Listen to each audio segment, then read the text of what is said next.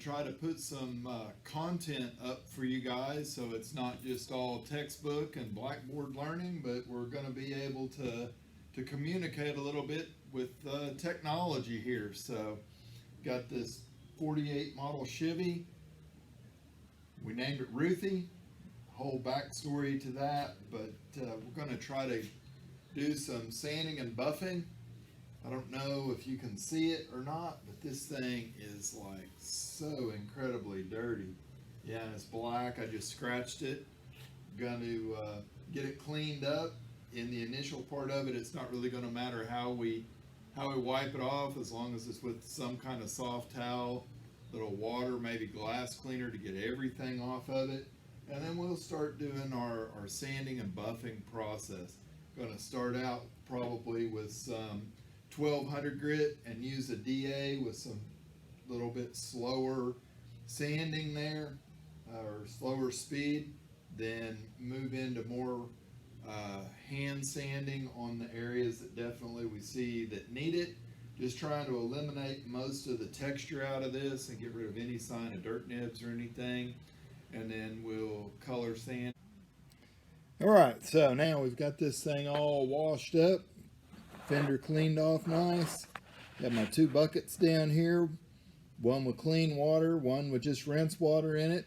Got some sandpaper soaking in this thing. And just about ready to get going with the sanding process. Did some serious masking on it. Got it all kind of covered up so that we don't sling compound into all the cracks. Covered back a ways on the car. Car's got a little overspray on it. We're going to have to cut off here also, but here we go. All right, so this is after doing 3 rounds of sanding, starting with 1000 grit on a DA, moving up to 1500 on a DA, with the final step being done with 3000 grit on the DA.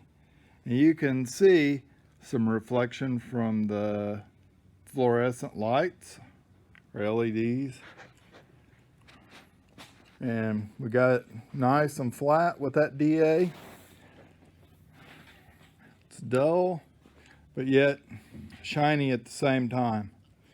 So next steps are going to be to pull out the compound and use the cutting pad on the rotary buffer to get that shine started coming back up, and we'll see how long that takes. Total time for the 3-step color sand process was about 1 hour and 15 minutes on this fender, just kind of taking my time and going easy. All right, so here we are after all the color sanding and a couple of rounds of polishing, and have just a couple of places that are going to need some more compound.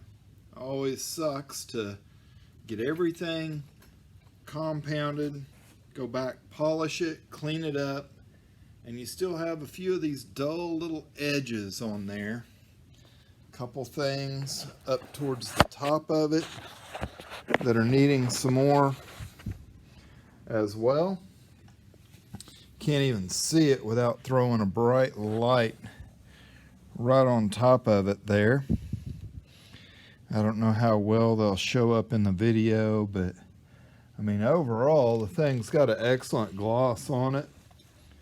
We are getting so much closer to being done. Have one more fender to do after this, and then a hood.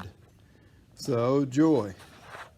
And I can get the hood put on and aligned, and then get the overspray off the rest of this rig and get it back to its owner.